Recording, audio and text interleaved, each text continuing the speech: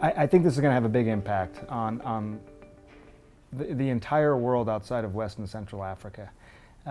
We've kept thinking of this as a disease that was relegated to this very small portion of the world, and now, while we've been told that we live in a much more globalized society where everyone's at risk, if anyone's at risk, now we've seen it. And I was there in West Africa in April, and at that time you could have predicted, and I did, along with many other people, that this was going to happen. You're going to see patients with Ebola that get on planes and travel all over the world. I think it's going to raise a lot of people's awareness of this, but it's also going to translate into a vaccine trial, which is already underway, and probably get a vaccine, within the next year or so. I don't think it'll probably come in time for this outbreak. I think this outbreak will eventually die down, and it's going to be a big challenge in West Africa. It's going to require literally military troops to do things that are culturally difficult in some of these places, stop public burials, go into people's homes, stop the spread of this disease, this virus.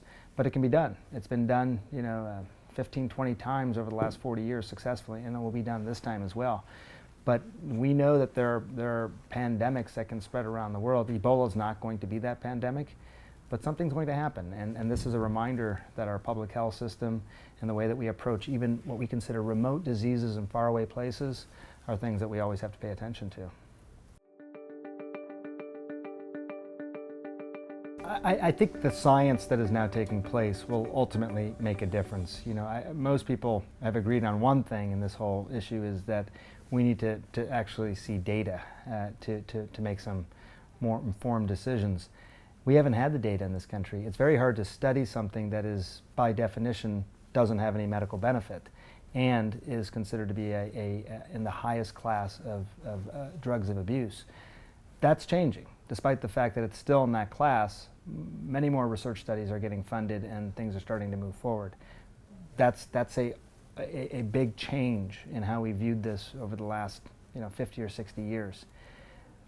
When people start looking at the data, if the data is favorable, I think ultimately that may sort of mandate that the scheduling of this changes from Schedule 1 to something lower than that.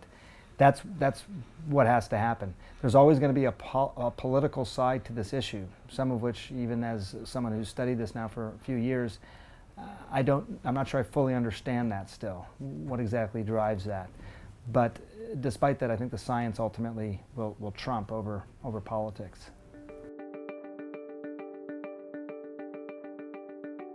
America's healthcare system, I think, fundamentally has been about one thing that the medical establishment really wanted, and that was to create a more healthy America. We believed by increasing access to healthcare, a very important thing, that was going to improve the health of Americans. And it was never a given. We know people who have wonderfully good health care who are still wildly unhealthy. So it was never a direct correlation. So I think what has to happen, if you had to start from the beginning and say, okay, we get to create the healthcare system now, what do we really want it to look like? We want it to look like a country where it creates a healthier America. And I think we have the ability to do that. What Obamacare has done is solve one of the or at least start to solve one of the big problems here, and that is that there are certain people, no matter what, could not get access to a system that could provide that care. And so, that's going to improve, I think, over the next several years, but making sure that we don't need the system as much in the first place, that we stay healthier in the first place, doing things that are much less expensive than what we do right now, I think is ultimately what we want. So lower costs, better health.